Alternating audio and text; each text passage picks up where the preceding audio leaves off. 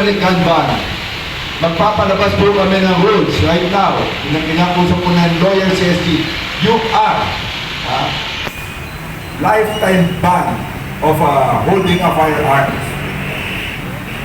Yung po'y maging babala namin. Any people who will violate ng gun ban, you have a lifetime ban in ownership ng firearms natin. And of course, ipapaalam po natin sa ating patas po natin yung control po. But this is our standard. Anyone who will violate ng gun ban rules. 4 victims with gunshot wounds. The recovered pieces of evidence were 1 unit of caliber 9mm, 1 magazine loaded with 15 ammunition, 1 magazine loaded with 7 ammunition, 8 fire cartridge cases of caliber 9mm, and 1 unit of black Toyota Fortuner.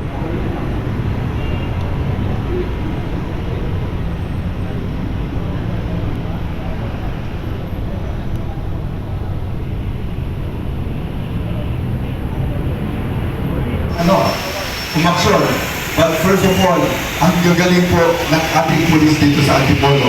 Hindi na po sila. Ang pag-pulis po natin, of course, yung ating po natin, si General Lucas, si PG, Marugun, Marugun, kasama ko sa SAP, at of course, kasama po natin si Colonel Manongdo.